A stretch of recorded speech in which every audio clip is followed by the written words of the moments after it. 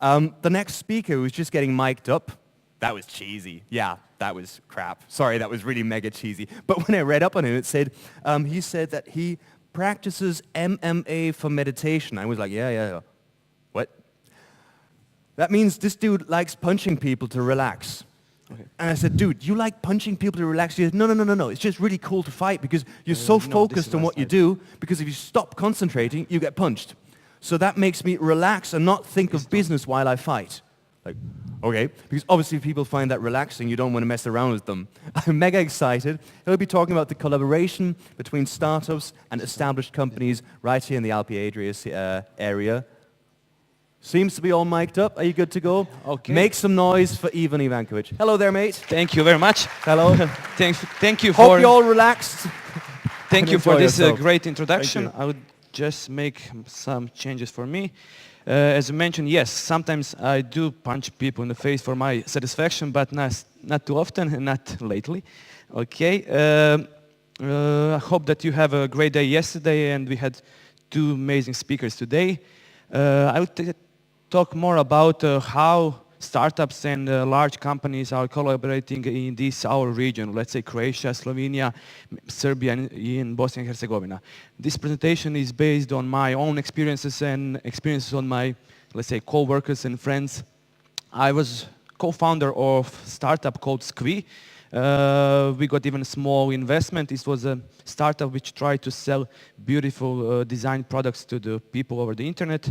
And we were working for some time and then closed our shop. And after, as you said, sometimes you win, sometimes you learn. So afterwards, I'm now a 3 years business developer for a company within Deutsche Telekom, Croatian Telecom, some of you know, where I encounter startups on almost a daily basis and companies which are in later stage than a startup. So I see different partnership models, different experiences, and what goes well and what doesn't go well in Croatia and our region. So after all these experiences, and this was a very interesting intersection for me, being a startup, trying to pitch big companies, and then afterwards being on the other side of the fence and being pitched by startups, I started to think about this, talk about friends, and then I started to write on my personal webpage about my experiences and my findings on this topic. So you can go there and read some of my blog posts. So why would some large corporation cooperate with startups? We see lately that even non-tech players like Coca-Cola, Nike, Under Armour, or even the New York Times are launching their startup initiatives. They are launching either incubators, they are present on startup conferences, they are making workshops, they're trying to get in this space. Many of us in beginning asked why they're doing this. Some of them are doing this to fasten up their innovation. Some of them are doing this to acquire new technology. And even some large corporations are doing this to get PR, to get in the public that they are an innovative company. No matter what their reason would be for cooperating and partnering with startups, startups can use this momentum and use this in their own for their own good. They can use big corporations' marketing campaigns. They can use their own marketing negotiation power. They can use their own resources to help skyrocket, as I said, their startup and remove obstacles which are in front of them. So many of these big corporations realized that there are some small companies trying to disrupt them, working behind their back. So there are billion-dollar companies, for example, Facebook, Instagram, which are merging every day. I don't know whether you know, but it took TV 13 years to reach 15 million users. It took Facebook 3.5 years to reach 50 million users, and Instagram did it in only 6 months. For example, Angry Birds did it in 35 days. So they reached 50 million users in only 35 days. And when big corporations like Croatian Telecom or Deutsche Telekom look at these small startups, they don't believe that they will scale up in a short period, and they're mistaken here. That gives this unbelievable scaling gives a false sense of security to large organization. They believe that customers are used to their brand, that they will use their brand in the future, that they cannot have other alternatives. And they believe that disruption is always happening to someone else, that someone else is going bankrupt. As Gina said before, 50% of Fortune 500 companies are not anymore present from 2000 to here. So I wanted to mention as well an example of Netflix and Blockbuster. Blockbuster was a 5 billion company distributing videos on various ways to its customers. 5 billion company. And they were approached and they were in talks with Netflix, who was then 50 million companies. And Blockbuster refused to buy or passed offer to buy Netflix for only $50 million. And after a couple of years, Netflix was a $5 billion company, and Blockbuster went bankrupt. So this is happening to big titans, and they're very soon becoming obsolete. Do you know what is happening in your backyard? So many of these great companies like Croatian Telecom, Deutsche Telekom, many food companies don't know what are their competitors, what are their small startups who are trying to disrupt them. Who are they and what are they trying to do? So all of these small startups, small companies, they're trying to find small cracks in the armor of big companies. They're trying to take their shields down, to beat them on their own market. And startups and then why would big corporations partner with startups when they want to destroy you? Exactly because of that, because you're working on the same market and together you can bring a better value to your customer. Even smallest player could deliver great advantage for the big corporations. For example, in Deutsche Telekom there is an incubator called Hubraum. So from Hubraum, people are gathering all the startups from the region where Deutsche Telekom is present, and they're trying to find which startup could scale up within the whole Deutsche Telekom, not only in their country. So this is one example how a large corporation can use startups. So why to cooperate? First, the startups can be used for faster go-to-market. Big companies have big complex structures, so big hierarchy, many levels. It takes months and months and years before something gets executed. So for example, companies, first, if you want to make some initiative within a company, it takes 3 months of negotiation, internal lobbying to get something on the table. And then you take at least 3 to 4 months to make some specifications to see how it's going to work out within the company.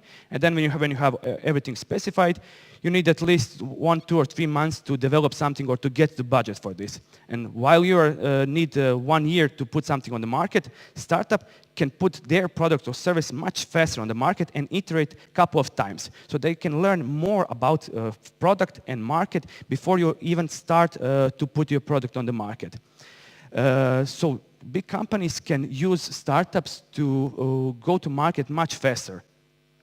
Second, diversification of opportunities, because these big companies needs a lot of time to go on the market, they can only focus on one initiative or two big initiatives.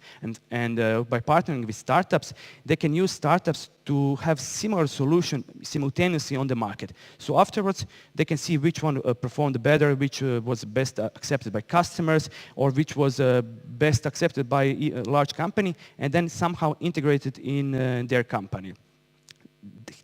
Doing this, time frame to launch some product and risk of failure of that product is much lower. Testing new and innovative business model. Large companies are known that they have traditional business models. They don't do new innovations. They cannot afford to experiment with these exotic business models, like for example, the freemium models, or to give something free to their customers and expect to be paid from some other sources. That's why they're lost in the red tape trying to get all these new business models. And while they're doing this, startups are testing multiple business models for same product on different markets. So startups can have a different pricing strategy, pricing model for same product in a different market. And with this, they are creating better connection with the customers. And one of the maybe usual examples is that companies are connected with larger organizations to acquire or to sell their technology to them.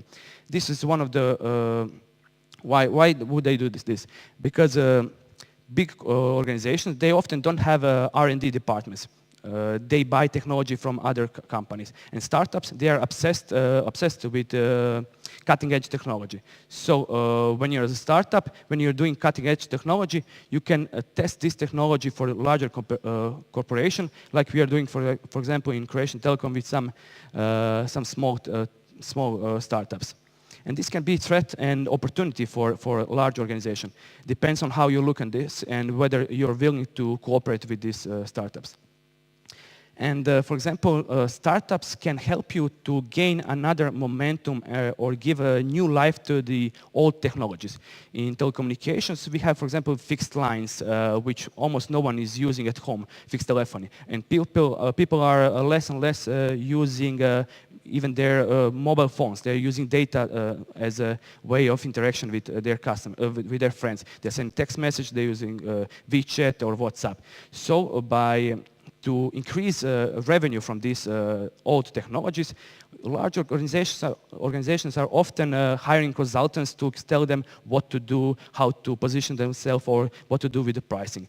In our case, in my opinion, startups can as well bring this outside view to your company and tell you how you can innovate on some old technology, how you can increase their lifespan and get some revenue from it.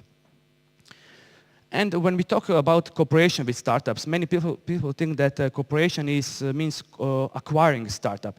But cooperation can lie with startups in many different forms. For example, in the Croatian Telecom, we organize different workshops on different subjects with startups, just to see what they think about and to be connected with them. We are present in different conferences. We are sharing some kind of have revenue sharing. We have together marketing campaigns, partnership models, and we are informally sharing our know-how and our resources with them. Acquisition of startup or even financial investment in startup, we are leaving this for the later stage when we would know better about startups and how to work together.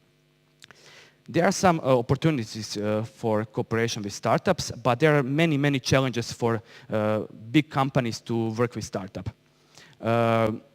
First is that both parties should do their homework. So when startup is partnering or wants to partner with a large organization, they need to talk with their former employees, their partners, their former partners, to see what to expect from this organization, how fast is it, what they really want from you. And same thing goes for the large organization. They need to talk with the clients of the startup to see how they're behaving, whether they're fast, whether they're executing what they said. So without knowing what you can expect, you can make real problems for yourself as a startup, let's say. Sometimes needs are not clearly defined. Often large organization or startup don't know what they exactly want from this cooperation. We are often approached by companies who have some great solution, but they just wanted to talk with us. They don't know what we can do for them. So without clearly communicating and defining needs, we don't have a goal where we are going. So we need to spend some time to define this goal so that we can reach it at the end. No viable business model is often happens when we are approached by early stage startups. So they have some great idea, they haven't even tested it, they don't have any traction, no validation. They come to us and they want to sell us their idea because it's the greatest idea. Without having some testing or validation of this idea, a large organization probably will not be interested in even talking with you. So have some traction, have some validation, show us some analytics that we can use. Non-matching core values. For example, startups, when they are starting, from my own experience, we don't even know what is core values and how to define them.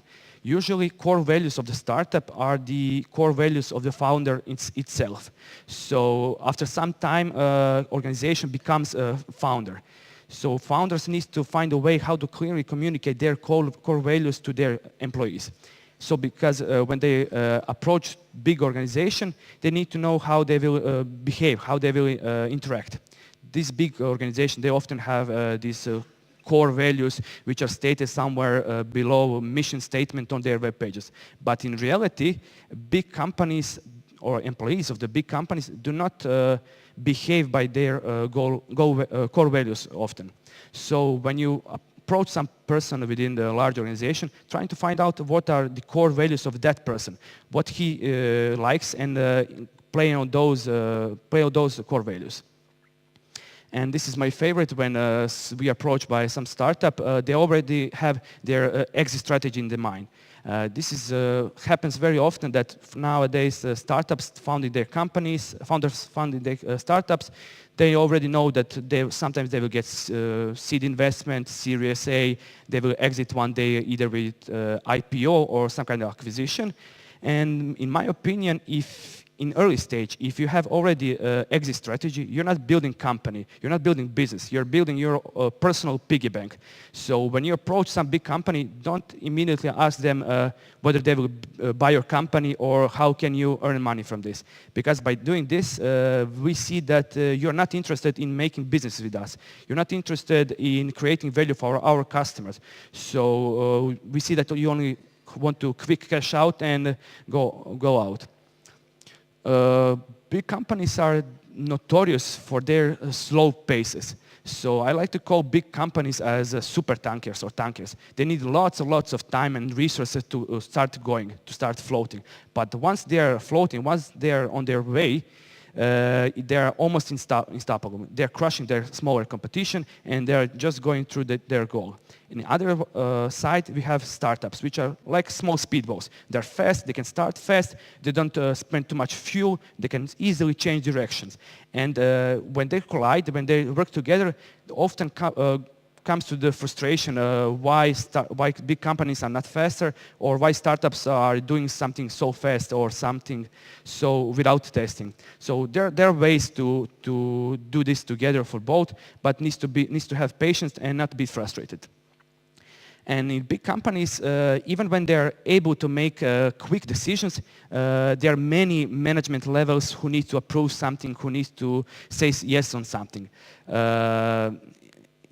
At the end, startups who are partnering with the big corporation, they lose time on playing with us office politics or lobbying within our company to do some project or to do something different than company envisioned.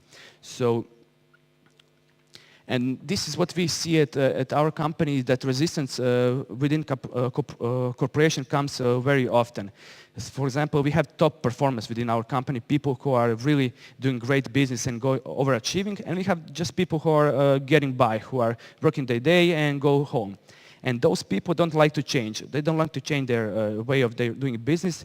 They don't like to change how they approach customer and anything. And the startups, they're changing directions very often.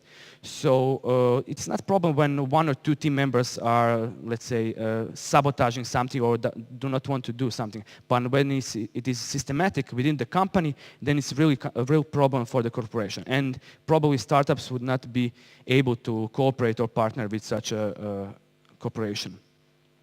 And wrong timing. Sometimes it's just a tough luck.